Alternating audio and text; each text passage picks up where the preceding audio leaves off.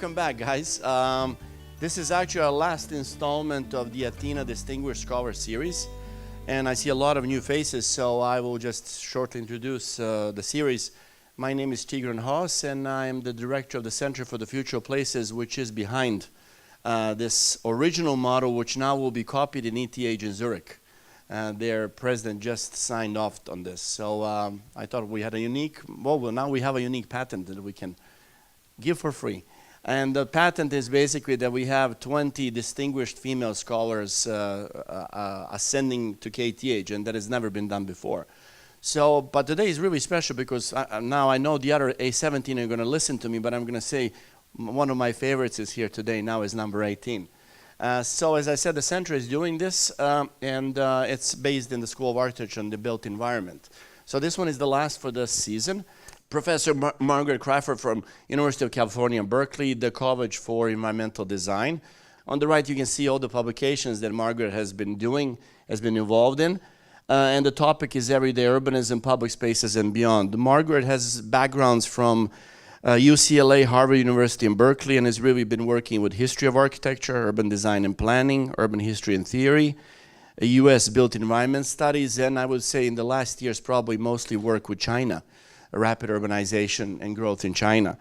Her research focuses on the evolution, uses, and meanings of urban space. And one book that I digged out was Building the Workman's Paradise. And it's a really interesting book about the company towns, the history of company towns in the US. And you cannot get it, you can get it through Amazon, still is used one. It's a wonderful piece. But one particular thing that I associate Margaret with is the everyday urbanism. And I remember I was at, later came to, as a postdoc to University of Michigan with Doug Kelbaugh when it was just a year after the debates in urbanism. And Margaret was one of those three trends that were recognized as the contemporary Western trends in urban planning and design called everyday urbanism. And as usual, as it is usual, for example, in the case like of new urbanism, was appropriated a lot of different names and trends under its umbrella. There is another side when people sometimes forget where these things all started. And when we hear about pop-up cities, DIYs, Mike Lydon's tactical urbanism, all kinds of stuff that's been coming, there is a source that I always tell them, it kind of originated in the everyday urbanism, which Margaret wrote with John Kaliski, and there was a revised version, I think, in 1999. So I really recommend that you buy this book because it's a fascinating book on, I would say, on history and urban design, and also beautiful cases from Los Angeles and other places, where Margaret coined this term and also opened the doors for understanding urbanism from a little bit different perspective, where narratives, stories, neighborhoods play a vital role, and not so much form issues. So another interest of Margaret is also the research on Los Angeles. And that led to the car in the city, the automobile, the built environment, and daily urban life. And later on, of course, I think in the last almost 10 years, Margaret, you've been working very much with China and spending time in China, China's Pearl River Delta, and teaching also. Before Berkeley, you were at the Graduate School of Design, Harvard, which is a very difficult environment for females. We know that. So when I say that there's a female, that means that's something really special. So, and now you're here. So I think without any further ado, I'm really happy after we haven't seen each other in 9 years physically. So I'm super glad that you're here. And then also that you're talking about the subject that is very, very close to many of our hearts and also to a number of our education programs. We really use your literature as one of the key tasks. So welcome to Stockholm. Okay, thank you, Tigran, for inviting me. And actually, thank you for inviting me. When was the Buenos Aires conference? 2014? In 2014, Tigran invited me to a conference in Buenos Aires that was really the originary place for this lecture and other lectures I've given on public space. So today I want to discuss public space in both narrow and broad senses. And I'm really concerned about the gap between designers and public space advocates, and another group that's also concerned with public space, and those are people who are seeking social justice in space, what we can call spatial justice. So going to this conference in Buenos Aires, it was dedicated to public space. It was sponsored by a Swedish foundation, and it brought together a whole group of people who work on public space, including the Project for Public Spaces, New Urbanism, the Jan Gehl Foundation, and all of them made presentations that were remarkably similar. And these are all their claims that they made during that conference. Our work is beneficial for all. New urbanist streets are designed by people, and that public spaces should be comfortable, engaging, and sociable, and that will make you happy. I made a collage of everything they suggest, which is all pretty much exactly the same. I don't think there's usually way more umbrellas than this, but this is pretty much what they are proposing. And I really call this feel-good public space. And if the idea is to design nice public spaces, I wouldn't be alarmed because this is what designers get paid to do and it makes sense. But the problem is that this discourse now dominates discussions of public space in larger arenas. Here we go, feel-good public space. Larger arenas is UN Habitat, which has partnered with the Project for Public Spaces to develop public spaces globally. More than 39 countries, including Argentina to Kazakhstan to Zambia, have hired Jan Gehl to redesign their public places in the image of Copenhagen. And Jan Gehl just opened an office in my own hometown, San Francisco. Now, there's nothing wrong with these spaces. I think they're pleasant, they're comfortable. I actually enjoy being in them myself. But what concerns me is that these placemakers paint a socially benign and aesthetically purified picture of public space that completely fails to acknowledge the exclusions and inequities that exist in actual public spaces. And I feel that this is really dangerous to the larger project of equality and democracy. And every single speaker at this conference claimed that their public spaces were not only pleasant, but actually contributed to the project of democracy and equality. And so I actually do not believe this. And in fact, I think that this vision of appealing but trouble-free public spaces obscures the more important roles that public space should play in creating an equitable and democratic society. Thus, the discourse of feel-good public space not only maintains the status quo, but even exacerbates ethnic disparities and inequality. And I would just point out that all of the elements on that collage of public space also appear in the list what white people like in the United States. What happens when these seemingly socially benign public spaces exist? So what I'm going to do today is look at the origins of feel-good public space and then compare it to what I'm going to propose as a way of thinking about public space. Now, instead of public space is good for all, public space is comfortable and creates happiness, I would like to offer an alternative approach. And I would argue that public space is actually a complex and slippery concept. Public spaces are often framed as a binary, either public or private, but once we look at the different definitions of both public, which can be the state, and all of the different elements of the state and the public, we see that it's actually really more complicated.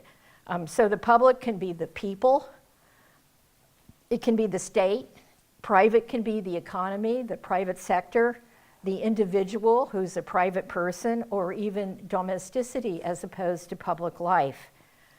Public space can be a physical space, and it also overlaps, I would argue, with the public sphere, which is a space of discourse. So public is very, very complicated. And to make things more complicated, advocates of feel-good public space believe that there is a single unified public. an all-inclusive group of people who, across the world, have the same responses to public space. However, political philosophers have argued that there is no universal public space, but rather multiple publics who are differentiated by race, class, gender, and ethnicity. Thus, in spite of legal claims to equality, there are strong publics, and we can say they're white males, for example, who claim more power and rights in public space than weaker publics, such as racial minorities or the homeless. And in addition, the idea of original spaces, of feel-good spaces can work everywhere universally in spite of enormous differences in culture, climate, and everything else, I think is a very questionable claim. Different publics use space really differently. And I'm just pointing out in a very, very small area in Florence, Italy, here are the kind of public spaces beloved by feel-good public space advocates. The tourist areas of Florence, which have sidewalk cafes, pedestrianized areas. Most of the inhabitants now live in the periphery of the city, and here is a bar, which is a combination gas station and bar, where people gather on weekend evenings and hang out and drink aperitifs and eat snacks. So public space can be really, really complicated, and cultural specificity is important. And for that reason, I'm going to talk exclusively about American publics and American spaces today, and recognizing that they may be very different from the public spaces that many of you in the audience actually experience. Public spaces overlap with spaces of discourse, and there's a continuing interaction between actual events in public space and then the way they are publicized and discussed that then often leads to additional activities in public space. And these overlapping cycles and struggles continually redraw the lines between public and private and their multiple meanings. So public space is never a stable entity. It's always changing, and it's always responding to different claims about who it belongs to. Now,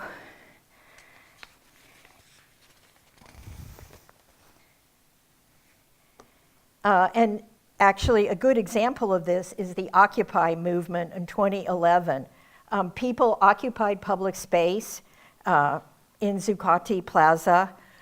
Their occupations only lasted a short time, but they actually had a huge impact through their dissemination in newspapers, news, and every other potential media across the world. So that part is actually really, really important.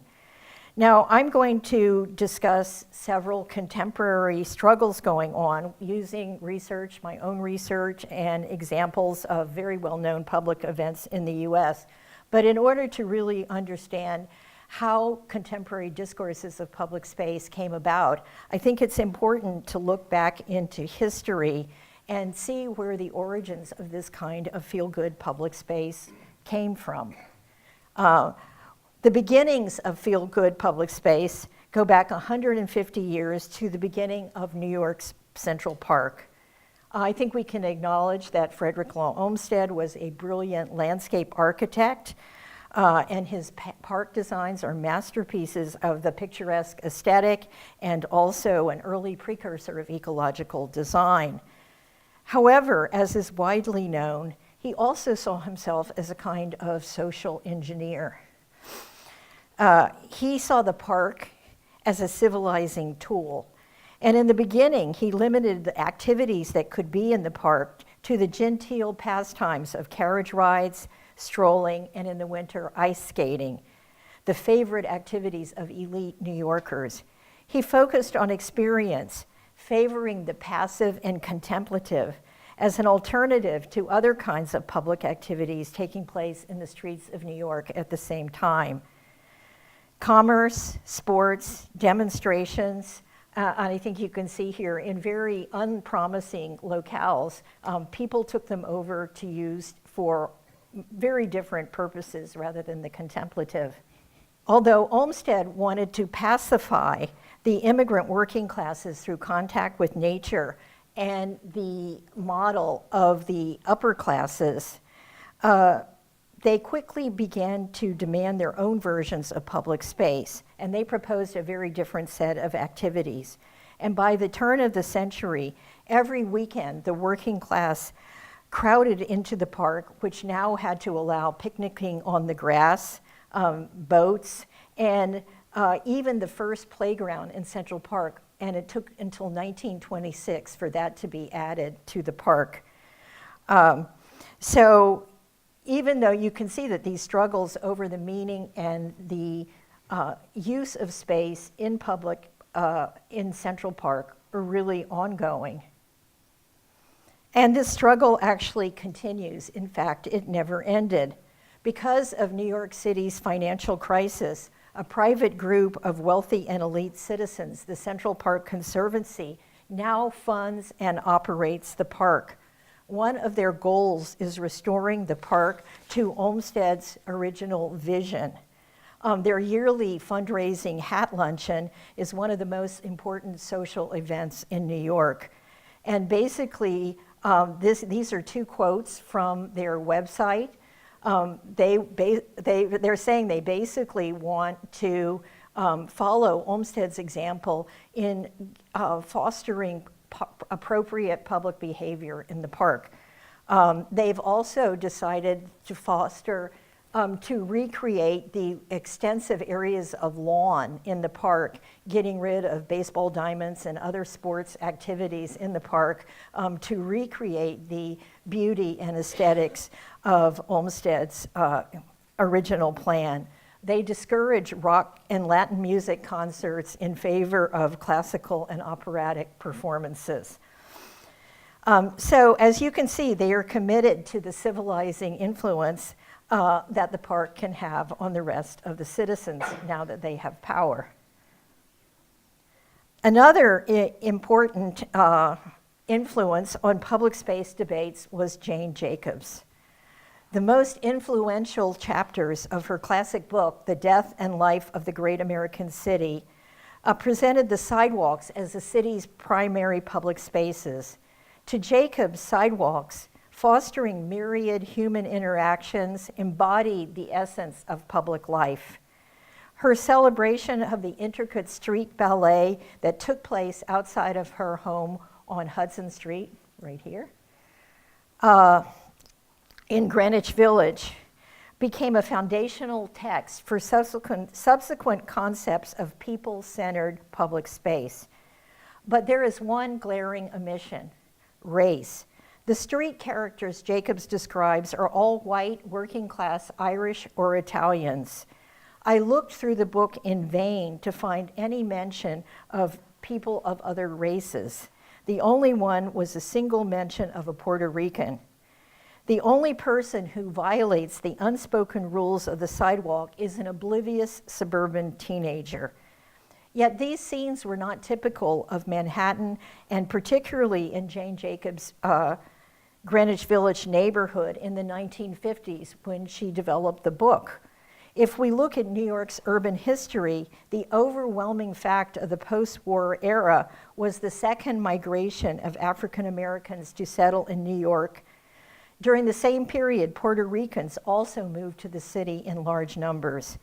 Pressures from these newcomers reconfigured New York's urban spaces, expanding barrios and ghettos and increasing segregation. The bohemian enclave of Greenwich Village, where Jacobs lived, was ironically one of the few places where non-white New Yorkers could freely mix with whites on the street and in jazz clubs and cafes. Now, I'm not claiming that Jacobs was personally racist. She was an outspoken advocate of racial equality, even demonstrating in favor of integrating schools. As some historians have claimed, her silence on race was typical of racial liberals of that era, who preferred to stress the similarities rather than the differences between people. And certainly discussing racial tensions would not have bolstered her arguments about city life to her primary audience, white Americans, who were leaving the city in large numbers for the suburbs, some of them to escape its changing demographics, a process called white flight. But at exactly the same time that Jacobs defined the sidewalk as the essence of public space, other Americans were making far more radical demands on public space. From the 1955 Montgomery bus boycott to the 1963 March on Washington, the civil rights movement fought to redefine the nature of what could be considered public. Their actions significantly redrew the boundaries between private and public. The 1960 Greensboro, North Carolina sit-ins, with activists occupying stools at a lunch counter waiting to be served, made the important claim that public laws against discrimination should prevail even in the private spaces of commerce. Other protests transformed buses, sidewalks, streets, and even the Washington Mall into discursive sites where physical presence asserted the right of equal citizenship. This is a very different approach to public space, a much broader idea based on contestation. Yet Jacobs' ideas have endured, becoming a foundational part of public space discussions. Her name is always mentioned as a new generation adopted her ideas without understanding the omissions and exclusions that are embedded within them. Thus, it becomes easy to believe that public spaces are for everybody and that they bring people together, and that simply providing public space automatically fosters equality and democracy. But reducing highly diverse populations to a single universal group of users ignores the reality of American society. The fact that many whites automatically associate blacks with danger and criminality, and Latinos with gangs and illegal immigration. When racial tensions emerge, they become a problem to be solved, not a fundamental condition of American life. What happens when you remove race and ethnicity from public space discourse? One answer is Michael Bloomberg's New York. Michael Bloomberg was the mayor of New York for 3 terms. The law even had to be changed so he could have his third term. Bloomberg initiated widely acclaimed urban planning and public space projects. His initiatives demonstrate the absences and inequities contained in this model. The Bloomberg administration added bike lanes. They closed off streets to make pedestrianized zones. They added street furniture and many amenities. A direct line connected these efforts to Jane Jacobs and William White through Amanda Burden, the city's planning commissioners and one of the mayor's closest associates. Burden began her career working for White's Street Life project and constantly claimed Jane Jacobs as her inspiration. Burden also inherited their environmental determinism and cited her background in animal behavior as central to her understanding of the ways that people interact in public space. Under her direction, the city legalized sidewalk cafes, oversaw the design of corporate plazas, redeveloped the waterfront, added esplanades and parks, and numerous streetscape improvements, and sponsored such high-profile projects as the High Line. Burden's policies meshed with those of Janette Sadiq Khan, the city's transportation commissioner. In 2007, Sadiq Khan hired Jan Gale to reimagine New York City streets to improve life for pedestrians and cyclists. His word, her quotes, directly informed her new urban planning and design policies and projects, which discouraged commuting by car, instead installing 300 miles of bike lanes and blocking off parts of Times Square and Broadway from traffic for new pedestrian plazas with tables and chairs that you see here. But those who praised these new urban improvements rarely mentioned another signature Bloomberg public space initiative, Stop and Frisk. Highly controversial, this policy allowed the New York City Police Department to stop, question, and search any suspicious pedestrians. In 2011, police stopped nearly 700,000 people, nearly all African American or Latino males. Most of these stops occurred in Brooklyn and the Bronx, far from Midtown Manhattan. To these citizens, literally being on the sidewalk made them into a potential criminal. This demonstrates how easily feel-good public spaces can coexist with policies that essentially denied the right to be in public to large numbers of the public. Although the Bloomberg administration claimed that the policy improved public safety, in fact, it produced few arrests. And unlike feel-good spaces, these spaces, according to psychologists, produce symptoms of stress, anxiety, and in some cases, post-traumatic stress disorder in those who were stopped. So in alternative, I'd like to introduce another and more expansive concept of public space.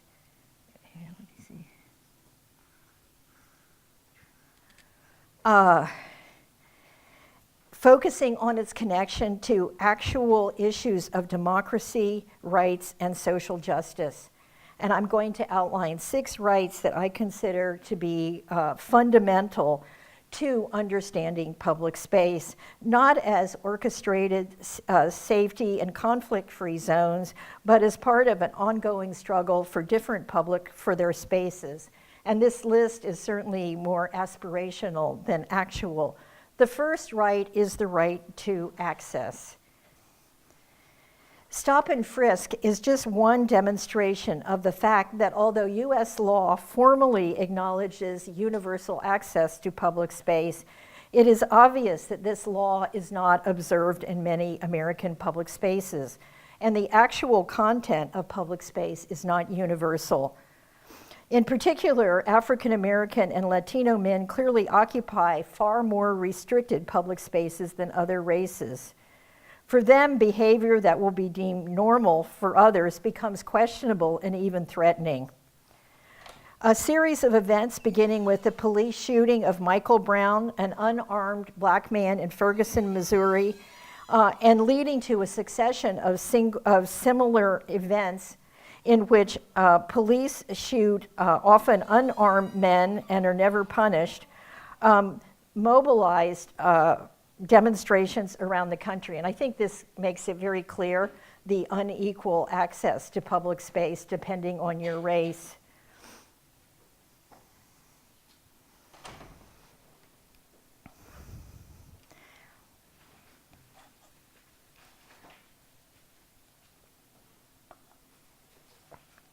These repeated events coalesced in the slogan Black Lives Matter, and the movement Black Lives Matters continues to take to the streets all over the country in dramatic demonstrations. And I think you can see that actually this really performs the entire cycle of activities in public space responding to events in public space that then become publicized. And actually, if you look around my own hometown, Berkeley, California, you'll see these in everyone's yard, in the windows of businesses, et cetera, and then even turning up in terms on television when Chris Rock said Black Lives Matter as he left the stage at the Academy Awards.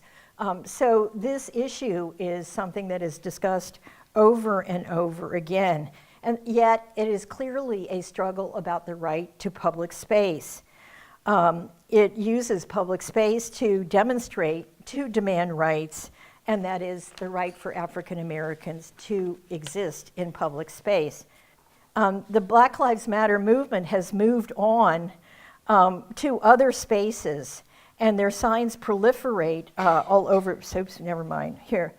The discussion of unequal access to public space has expanded even further. In Oakland, California, after a white woman, I think you can see her there, called the police to report African Americans barbecuing in the park, this led to a huge outcry, and you can see it's been reporting on television, leading to T-shirts and actually created an entire series of African-American barbecuing in the park events in response. And this led to a whole discourse that takes the slogan, which is DWB, driving while black, which is something that acknowledges the fact that African Americans are stopped by police for traffic offenses much more than any other race, and it's expanded it to a whole series of events, living while black. After people were reported in Starbucks to the police for waiting for somebody, here's a whole list that CNN composed for all the things that living while black, that black people did that led to white people either reporting them or calling the police. So all of this, even if you were not there, has been so widely publicized that it actually highlights the unequal public status of African Americans. And it really clearly identifies that black people do not have automatic rights to public space, but they actually have to prove that they belong there. Even Mark Zuckerberg participated, chastising Facebook employees for changing the Black Lives Matter slogan to All Lives Matter and summing it up. This has been a deeply hurtful and tiresome experience for the black community. There are specific issues affecting the black community in the United States coming from a history of oppression and racism. Black Lives Matter doesn't mean that other lives don't. It's simply asking that the black community also achieves the justice they deserve. And any discussion of public space, we need to confront this fact, and it's not easy or painless. But as long as African Americans remain unsafe in public space, the right to real access needs to be in the forefront of any discussion of public space. The flip side of the right to access, and closely connected to it, is the right to difference in public space. This would allow different publics to claim public space with their specific identities rather than part of a larger generic public. If a single black body is perceived as threatening, congregations of these bodies are even more alarming. And we could see this in Beyonce's appearance at the 2016 Super Bowl halftime show, in which her performance made references to Black Power, Malcolm X, and the Black Panther Party. And this generated huge discussion, including the Saturday Night Live skit in which this performance revealed to many of her white fans that actually Beyonce was African American. Other responses were not so funny. And you can see here, anti-Beyonce protest rally, probably not that many people showed up. Rudolph Giuliani, now one of President Trump's main advisors, was outraged that she would use the Super Bowl as a venue for making these racially specific references. Another example that goes far beyond this is Freaknik. Freaknik was a spring break gathering of African American college students, mostly from historically black colleges in Atlanta. And they came together for this social event that happened every year. And it really caused a moral panic to break out in Atlanta. Complaints from numerous citizens brought out a police presence that was really oppressive. And finally, and you can see here, people are being arrested for basically nothing. And finally, so many police were brought in year after year that the event just petered out and died, basically to the satisfaction of the city, the police, and large numbers of its white residents. And we can compare Freaknik with other much more out-of-control spring break events around the country that are typically regarded as just kids letting off steam. Gathering together of large numbers of minorities in public inevitably results in alarm in mainstream media and by the police. The symbolic presence of otherness is disturbing and often punished. Tagging is always associated with minority youth and often incorrectly with gang activity. And most people define it as an extremely troubling loss of public space. Even signs in other languages are seen as an invasion. In immigrant areas in the San Gabriel Valley of Los Angeles, signs that did not have an English translation or Roman lettering were outlawed, but I think you can see not to great effect there. So this right, the right to difference, acknowledges that different publics have the right to be different in public and the right to represent that difference. The right to participate. The right to participate is, public space is so important that it really should not be left to hiring specialists in public space to create it. People who use public space need to be involved in its creation. And as Sherry Arnstein's famous 50-year-old article, The Ladder of Citizen Participation, pointed out, that now participation is actually a requirement for almost every single public process. At the same time, it usually is down at least in the middle and bottom of her chart here, which is consultation and informing. So public space is important in terms of understanding who needs and who wants and what they want in public space, particularly specific publics. And this can range from the new urbanist charrette, which is basically an exercise in persuading people that what we see on the bottom right is actually what they want, to other more deeply considered ways of participating, including this KDI is a nonprofit that works very closely with communities in both Africa and here in the Coachella Valley in Southern California, where farm workers live in trailers and have come up with the concept of productive public space. They hire the young people in the community to work with them, who interact with residents to find out what they want, and they realize through a process of co-production, very, very complicated public spaces that basically produce economic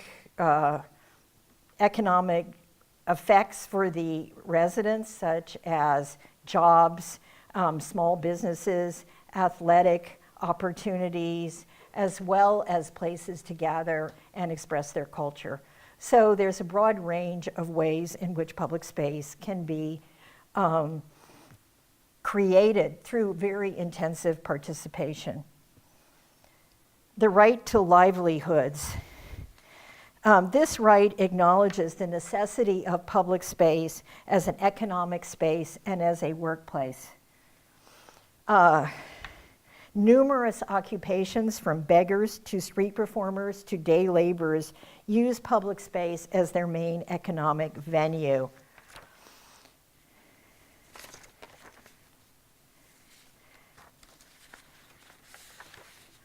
All of them have to struggle to establish their rights to pursue their livelihoods. And these efforts vary widely from place to place. Food vendors are a key example. In cities like New York, where vending is legal, police still harass and fine them. In Los Angeles, there has been a struggle for over 20 years until 1918, when street vending was finally legalized. And you can see street vending happened all over the city even before this. And it really is an important form of economic activity for people, particularly immigrants. So all the laws that criminalize these large numbers of vendors were completely ended, but they have not actually yet received their permits for legal vending. So most vendors are immigrants, so supporting their rights is closely connected to larger issues of race, ethnicity, and social justice. As users of public sidewalks, they need to defend their rights to public space by expanding its legitimate functions to defining them as workers and economic citizens rather than loiterers or vagrants.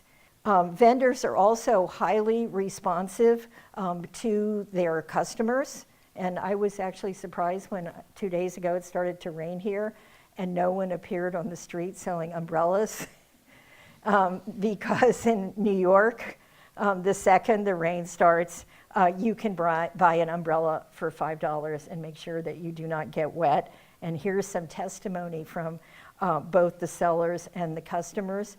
In Los Angeles, one of the most popular types of vending are these fruit vendors. And here are Yelp reviews of a particular vendor named Joe, saying how you can find him by driving around and he's on a particular street corner and how great he is and how wonderful his fruit tastes. So vendors are uniquely responsive to the people that they serve. Another important kind of activity, economic activities that takes place in the sidewalk are day laborers. You find them all over Los Angeles. And again, through the efforts of advocates, they have really changed their identity from, again, loiterers who could be arrested by the police and were always being complained about by the neighbors, to legitimate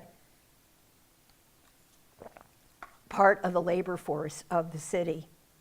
And you can see here, demanding the connections between day laborer and human rights is obvious. The right to make demands on the state and the economy is also an important right.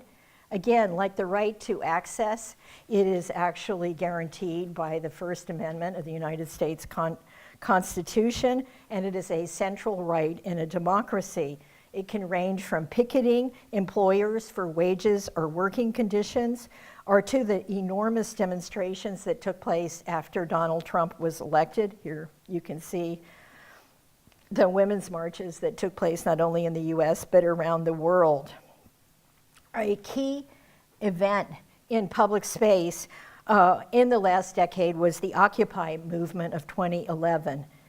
And all over the US, people took over public spaces where they lived and occupied to protest not a specific event, but the extreme inequality that characterized the American economy. And this, interestingly enough, began and ended at Zuccotti Park in Lower Manhattan, where the phrase Occupy Wall Street really started. Occupy was both a failure and a success in making its demand. On the one hand, it demonstrated the limits of public space, and local governments did not take the idea of public as being the people, but actually them as the government, the public. And so they managed to shut down almost all of the occupations of public space within a month. And ironically, the Zuccotti Park Occupy survived the longest because it was not owned by the public. That is, it wasn't owned by the public, it was a privately owned public space. It was owned by its real estate developer and Goldman Sachs. And so unlike the public entities that shut down the other Occupy encampments, they were reluctant to evict the demonstrators because of bad publicity. And so ironically, they lasted the longest. And though only a few thousand demonstrators occupied these public spaces, they made their biggest impact in the public sphere of television reporting, newspaper reporting, books actually, and this publicity led to greater awareness of the cause that they were supporting, which is awareness of inequality. And in fact, it even added a new vocabulary to the language in the US, in which phrases like the 1% and the 99% became really commonplace ways of describing economic inequality. Now, one of the most important elements of what philosopher Henri Lefebvre defined as the right to the city, the right to make your own spaces, allows people to create the spaces they want and the spaces they need, rather than simply consuming spaces that others have created them for them. And this changes them from consumers to producers of public spaces. And if we look around, we can see numerous examples of these bottom-up public spaces, often temporary, from self-built skate parks to guerrilla gardeners. They exist, but they're often invisible. Such efforts and spaces are often transitory, since they depend on borrowing rather than owning space. They create a new attitude towards the use of owned space. In spite of their ephemerality, these types of public space potentially have the most transformative power. And this is one good example. It's a skate park that was created at night by skateboarders who brought in concrete and actually constructed this under the freeway overpass in Oakland. And it existed for more than 10 years before Caltrans, the state transportation authority, actually destroyed it. Guerrilla gardening is widespread, and this is a guy, Ron Finley, who, when he first planted the curbside strip outside of his house, which is owned by the city, they fined him, but now he has created an entire program to continue this kind of illegal gardening with the kids in the neighborhood. He has a TED Talk, and he's gotten a lot of publicity about this kind of guerrilla gardening.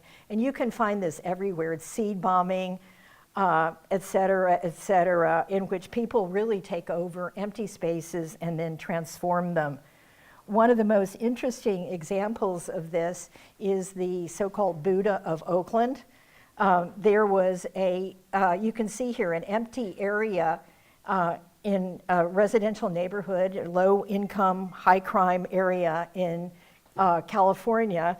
And a neighbor was disturbed by all the people who dumped their trash there. So he was at the hardware store, he saw a stone Buddha and he bought it, and he glued it to the curb, hoping that somehow that would make them stop. But what happened is the Vietnamese residents in the neighborhood saw it and thought that they could actually build it as a shrine. And so they built this shed, they built a platform, they started decorating it, and they started using it for worship purposes. And not only does no one dump anything there anymore, supposedly crime has gone down by a tremendous amount in the area. Drug dealers have moved away from it, and people in the neighborhood often just come here and stay. So this is a particularly exciting and I think inspirational example of the way in which people in a very unpredetermined way create their own city. So I hope I've demonstrated that the centrality of public space in the struggle for greater equality and social justice. In order to realize these rights, our definitions of public space have to move beyond just feeling good in public.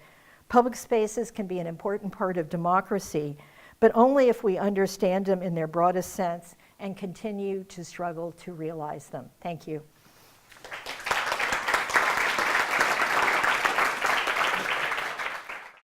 Now I've asked my colleague, Associate Professor Jennifer Mack, also from the same Department of Architecture, to make a light comment, reflection, and then we open up for questions and for the usual Q&A. So welcome, Jennifer. Thank you so much. And I just want to say that Margaret was actually my dissertation advisor, so I've known her for a long time, and she's been very influential on my own work. So it's a real pleasure to get to comment on this talk.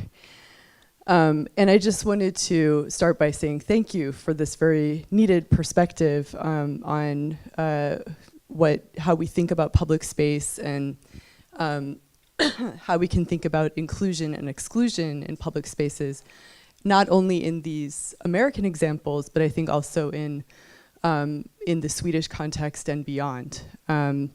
So the examples that you've shown are very relevant, I think, for a lot of the discussions that we have about social relations in relation to design, even here in Sweden today. And also the way that these ideas about design and, you know, this idea of feel-good public space, but also other ideas, for example, about, you know, walking in the city or the pedestrian city, that are very much in play and in discussion today, I think, you know, are terms that we need to be really rethinking in relation to questions of equality. But what I think, you know, you're really showing here is just, you know, how this discourse becomes a mode of practice also for a lot of designers, in which these ideas that are very normative become really powerful and important for those designers. And it becomes clear, I think, in the examples from the designers that you were talking about in the beginning, that many of them see publics and public spaces as having these sort of specific best practices for these feel-good cities. But yet, these urban spaces and public spaces are not open for everyone.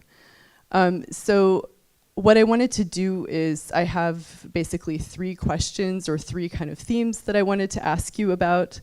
So this is more envisioned less as a kind of commentary and more as a dialogue. So I hope that that's okay for your format. So the first one is I wanted to talk about this idea of understanding publics and how do we think about equality. I think because a lot of people in the room probably are thinking about themselves as designers or future designers. How do we think about equality? How do we get designers to think about what Nancy Fraser has called counterpublics, and we've also heard from Michael Warner on that topic. And maybe we could just simply call them other publics as part of the public. How do we get them to think more about those publics as an integrated part of this larger idea of the public at large? So in my own work, I've been wondering for a long time, how do we design for social inclusion where everyone is equal, but for difference at the same time? And it's a very, I think, difficult issue and question, because as you've shown, when you design for equality, as it seems, you know, even Jane Jacobs really wanted to do, it's never equal for everyone. There are these different publics with different needs. So I just wanted to start with a kind of question about how do we think, maybe in terms of if we're thinking about practitioners, how do we think about their way of sort of thinking through the issues of equality and inequality that this presentation has so clearly shown that they have not maybe successfully done in the past. And it's a very big question, but I think it's something that this really raises in your presentation. Thank you, Jennifer. I actually think that this is the #1 issue facing designers today, which is difference. How do you design with difference in mind? Because in many ways, difference is really the overwhelming condition of our particular moment in history. And first of all, I think there's a formal dimension to it, that obviously unity, coherence are not going to be the main values for designers who want to design for difference. You have to really come up with a different vocabulary in which that is not an overwhelming design value. I think participation is interesting, and it can result in many different kinds of spaces that would be unexpected, perhaps. And I would say that participation isn't working until the people who you're working with shock and surprise you with what they tell you, and make you reconsider all your premises. And so when that happens, it can have a very, very different outcome. Yeah, actually, one of my questions was about participation, because I actually think that's one of the trickiest issues, and it's something, you know, that I've been looking at a lot in my own work. I like it so much in theory, but then when I look at the practice, I find a lot to criticize and critique. So for instance, I looked at one really great idea in a project that I was looking at in a landscape architectural design that was supposed to address the issue of the lack of inclusion of women and young girls in a public space. And so the idea was that by having a participatory process with young girls, that then this imbalance in that space would somehow be resolved. But the problem was that the landscape architect who was behind the design was only able to recruit a total of 8 girls to the participatory process. And so the whole park was ultimately redesigned based on the conversations that she had with these girls, and it was radically changed through those conversations. And is operating and you could say successful in ways that it wasn't before.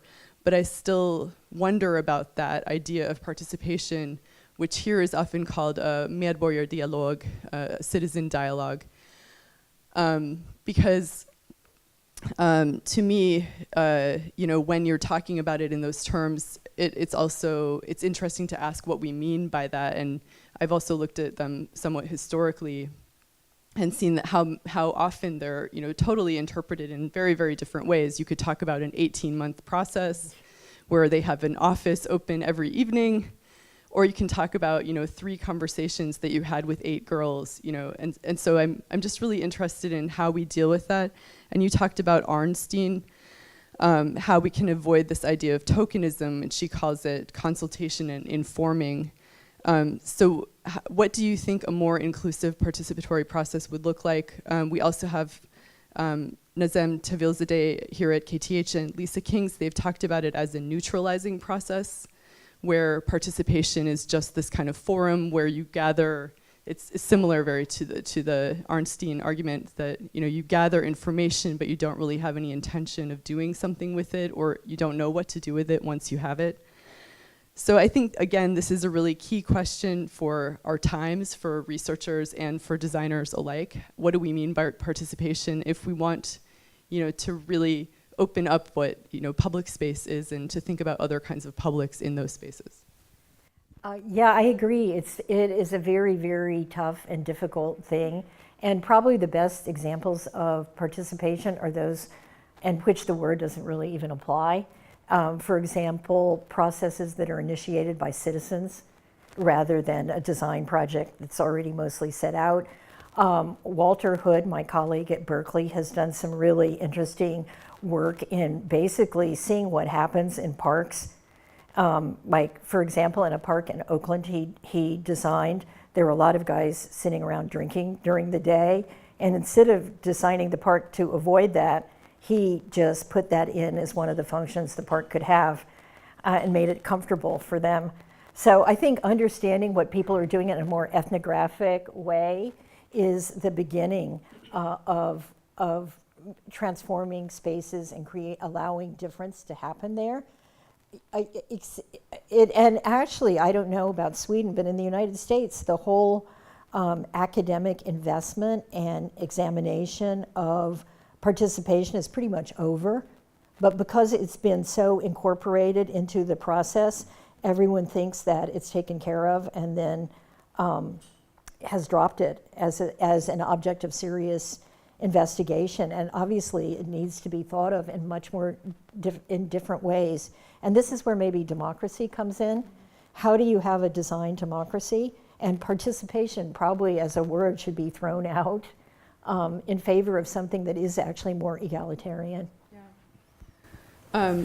And I think that actually raises the third point that I was interested in bringing up. I was listening to this keynote speech by Shahram Khosravi, an anthropologist, a few weeks ago, and he was talking about the materiality of borders and how borders actually create the idea of the other. And so when the material border, even if the material border disappears, the idea of the other and the sort of prejudices that have developed around that materiality remain. And I was thinking about this in relation to your talk because I think that there seems to be this kind of border between designers and the public for whom they're designing or with whom they're designing. a lot of the time this kind of lack of contact that happens. I was thinking about in my project in Södertälje, I did research in Södertälje, the city outside Stockholm, how a lot of the people working in the planning department there would ride on the commuter rail and go to the office, which was under the tunnel across from the station, and work on the city, but never go out into the city and then go back on the commuter rail. And so, there was this, they were really interested in what I was doing because I was spending a lot of time out in the public and talking to people. So I was interested in this idea that there was this very limited contact that a lot of designers have, sometimes because of budgetary or time constraints. I mean, it's typical, but also because of the way that practice is set up and the kind of the methodologies that are used. So I was just wondering about how we can get more of these kinds of lived experiences into the actual practices of designers, because it seems to me that a lot of people are designing based on assumptions about how other people live, or about what is best for the public at large, this idea of the feel good. But they don't really know how people who are not like themselves are living. So their limited contact with inhabitants means that a lot of the ideas about how people live are kind of folded into the mix, but they don't necessarily have to do with reality. They have to do with some ideas that people come with. So I was just wondering about, again, this is a big question, but how do we deal with this problem? How do we get designers to meet people more? Maybe that's one of the issues, but without it becoming, really like this kind of neo-colonial pursuit where it's like, you land in the village and gather your information. I think that how do we find this dialogue that a lot of these projects that don't necessarily involve designers actually kind of pave the way for? If that makes sense. Well, that was the point of the book Everyday Urbanism, is to look in the city and see all kinds of amazingly creative practices happening, and to make designers aware that they were there and that they need to pay attention to them. And also, I guess I would put it back to you. Jennifer is an anthropologist and an architect and a planner and a student of the built environment. And so people like you educating designers, I think, are really critical. And one of the things that happens in design school is that you become more isolated, and your aesthetics become more narrowly framed. And so I think the whole aesthetic realm needs to be expanded in order to really respond to what's going on in the world and open up to it, because it's pretty amazing out there. So that was really the end of the questions that I had thought I wanted to pose. I was also interested kind of in thinking about the idea of these different publics in relation to each other, which I think is something else we could talk about. But I wanted to kind of maybe turn it over to the audience to ask additional questions. But thank you again, Margaret. That was really amazing. Thank you, Jennifer. Yeah, I just wanted to thank Jennifer for this very nice, illustrious reflection. Thank you so much. And as Margaret said, this shows we have such a varied faculty. Sometimes we're maybe not that visible, but in our master's programs, we actually have urban sociologists, anthropologists, geographers, philosophers at times, and also architects and planners. I think that's the only way we can go with it. But one reflection on the public participation process, one of our joint colleagues who's now kind of a little bit retired after being in the front lines, almost like a warrior, Anders Duani, has had an idea a few years back because he was so disappointed with the charrette process and the citizen input public participation. He suggested almost like a trial sessions, that if a project is being, let's say, done in Sarasota, Florida, public participation would consist of a jury made up of people from the East Coast, from Boston, Chicago, or Atlanta, and then they would sort of give their verdict if it's a good project or not. What do you think about that? Well, how do they know what goes on in Sarasota? So, I mean, maybe Andres Duani is not the best example of someone who cares deeply about what others think. Yeah. All right, so now I'll open up for we have probably a little bit about 20 minutes, and Zach here has a microphone, so you can ask Margaret. Here we go. We have one from Charles Wolf here. Yeah, thank you very much. I want to commend both of you for your comments.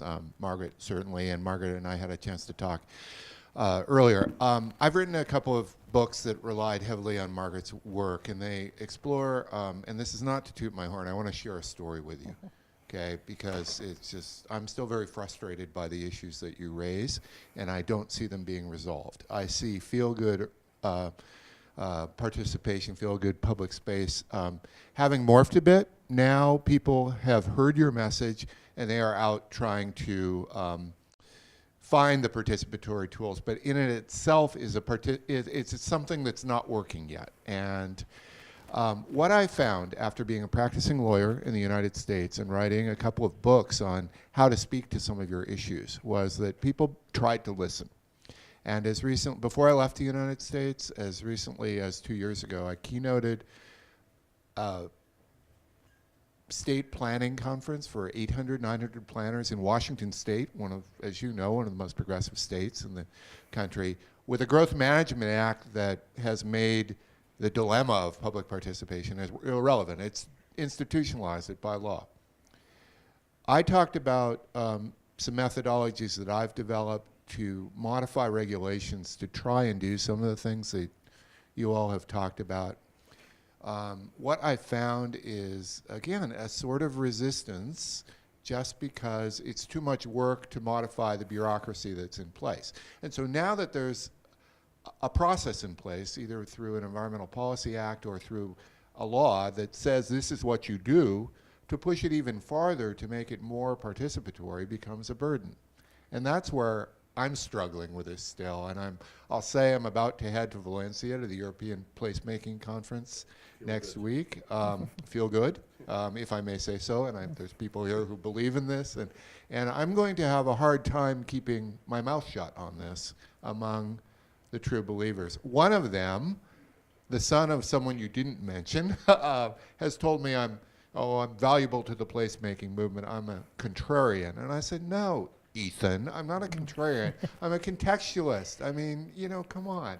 So I'm not tooting my own horn, I'm just sharing a great appreciation for both of your comments, and I think you're really, really on to the issues of the day. So I'm sorry, thank you. Okay, Jirapati Ratanasen, a student at SUPD here. Can I ask you something related to China, as you work on China projects? Okay, feel free to dodge the question. It's a bit controversial. Between this kind of different political ideology between U.S. and China, and the Western world of being democratic, and besides the photogenic, these feel-good cities of activities like walking, cycling, eating in public space, can you describe how difference between U.S. and China policy, from policy view, how they how difference of the design, how they design and operate the public space in general between these two society? But yeah, like I said, feel free to dodge the questions if it's. Well, I think that's a really complicated answer to that question. But interestingly enough, a lot of participation is now being taught in design schools in China.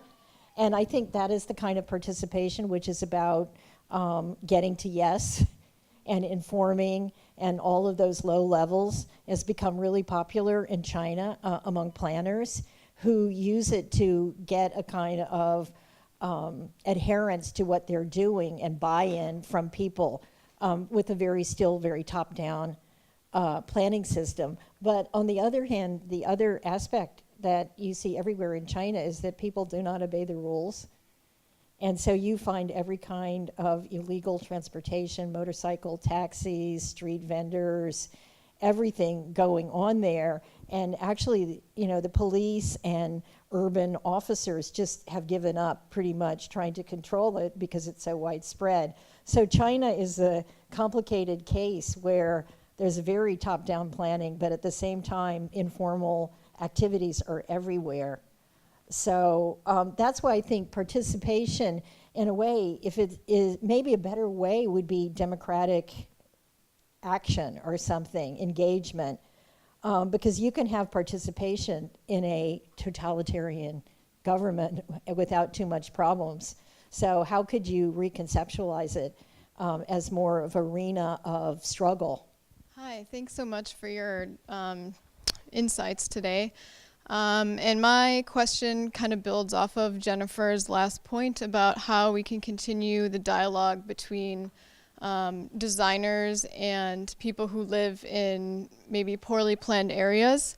And as a future designer and a white, cisgendered, straight female, I often try to question how I could be a better ally to communities. But then I am thinking now, do you think that the designing and planning field is doing all that they could to make sure that not only these dialogues are happening, but people in these areas have the resources to become designers themselves? And like, how are the recruiting processes in the field overall? Are they diverse enough? Thank you. That's a really important question, because certainly in the United States, the design fields are among the most, the least diverse, and that certainly is what is the first step. It probably starts in school, with recruitment.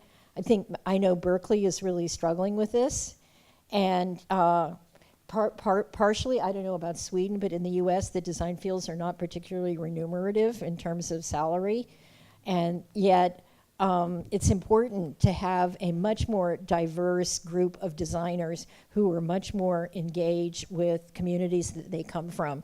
And I think that is one of the first steps that has to happen. And it's really clearly really important. You can't have a group of different people telling others what to do. So thanks for bringing that up. We have one there. Yes. Hello, my name is Pavel. Thank you for your... Is this on? Yes. Okay, thanks.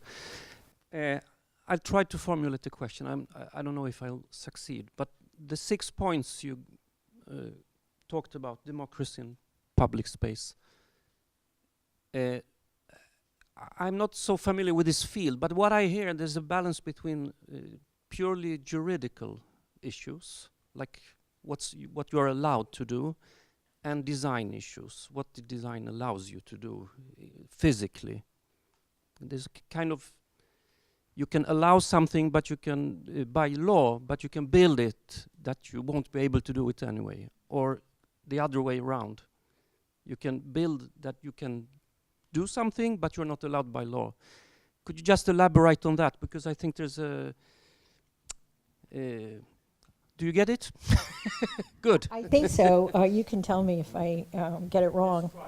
Yeah, I mean, again, the lots of things now are legal that used to be illegal.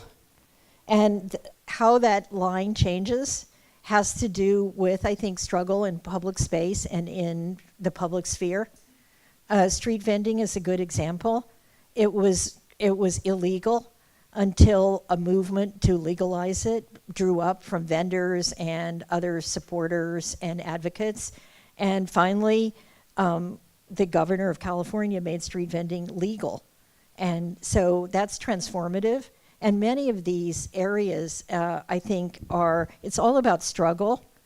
And even though I agree that regulation is very hard to step back from, and there's a lot too much regulation, street vending is a good example. It was outlawed, but then it became deregulated. And so I think a lot of this is actually exactly about that boundary and moving the boundary between legal and illegal through action. Okay, thank you. I had one question. Me and my colleague Ryan Locke here discussed this the other day, because in our urbanism program we had a whole array of the happy, shiny, good people doing placemaking. Everything from PPS passed through the Gale Institute, STIPO, and so on. I'm naming them so they can sue me afterwards. And of course, there is an attraction to this. And well, one thing they have is a weapon, which is used, and they say this is almost like we have an electrical car, you're running on old diesel, is the climate change issues. because they say we advocate everything which is good for climate. Bicycling, connectivity, ta-ta-ta-ta-ta. So how do you respond to that? Or if... Connectivity, what has that got to do with climate change? I mean, yeah. well, I think, first of all, the jury is out on density, and there really is no definitive answer whether that form of urbanism is more sustainable than others. Bicycling, fine, but you know, if you're a single mom with 2 kids juggling 2 jobs, you know, can you take a bicycle in the United States? I don't think so. It depends on who. You know, our senior citizens, maybe in Sweden and Holland, they ride their bikes. In San Francisco, where there are many hills, maybe not. So it's complicated. I think that the idea that, I mean, bicycling, you know, soon we may have electric vehicles. There may be other means to realizing some of these things. Bicycling is fine, but in the United States, it constitutes 6% of all transit use. Maybe it could be more, but is it going to ever be 80? You have to really deal with the basic issues, I think, here. And I'm not sure that getting rid of cars is the most important issue in the world when you compare it to livelihoods and democracy. Okay, great, thank you. Do we have more? That means we have almost exhausted our time, which is, well, this is wonderful. I think this is a great ending before the summer, and I would really thank you, Margaret. We have planned this for a long time, Yeah. and you've been one of my first people on this exclusive list of 22 or 21 plus. So thank you so much once again, and I want to thank Jennifer also for her comments and all of you that have been here. I can invite you for 2 more talks where we're going to end this series in fall. It's going to be Claire Cooper Marcus and Saskia Sassen, and then there will be a book produced with our 21 extraordinary people. So thanks a lot, and have a great summer, and we'll see you soon next fall. Thank you so much. Thank you.